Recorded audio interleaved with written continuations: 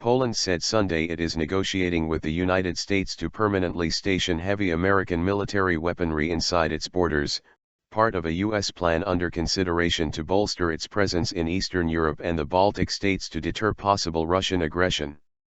The Polish Defense Ministry said the plan would call for the U.S. to deploy battle tanks and other equipment in Poland. Defense Minister Tomasz Siemoniak said he discussed the plan with U.S. military officials in Washington last month and was assured a decision would be made soon. This is another step to increase U.S. presence in Poland and the region, Warsaw's defense ministry said. If approved by U.S. Defense Secretary Ash Carter and President Barack Obama, the U.S. would store fighting vehicles and position as many as 5,000 troops in Bulgaria, Estonia, Latvia, Lithuania, Romania, Poland, and possibly Hungary, all countries once part of the Soviet sphere of influence. Spearhead forces. It would be the first time the U.S. has embarked on such a military presence in the region since the end of the Cold War.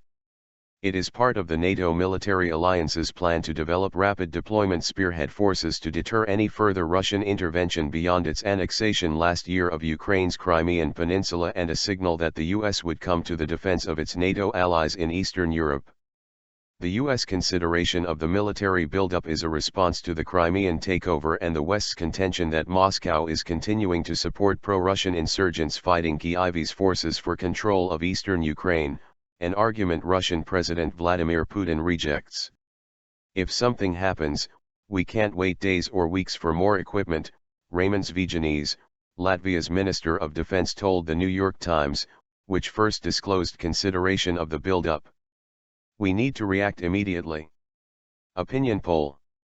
Last week, an opinion poll showed residents of several NATO member countries blame Russia for the Ukrainian crisis, but would be reluctant for their governments to provide military aid to Ukraine or any NATO member country attacked Russia.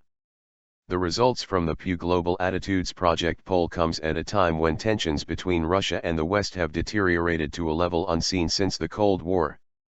The NATO nations that border Russia, the Baltics and Poland, have stepped up military exercises and spending to counter possible Russian aggression.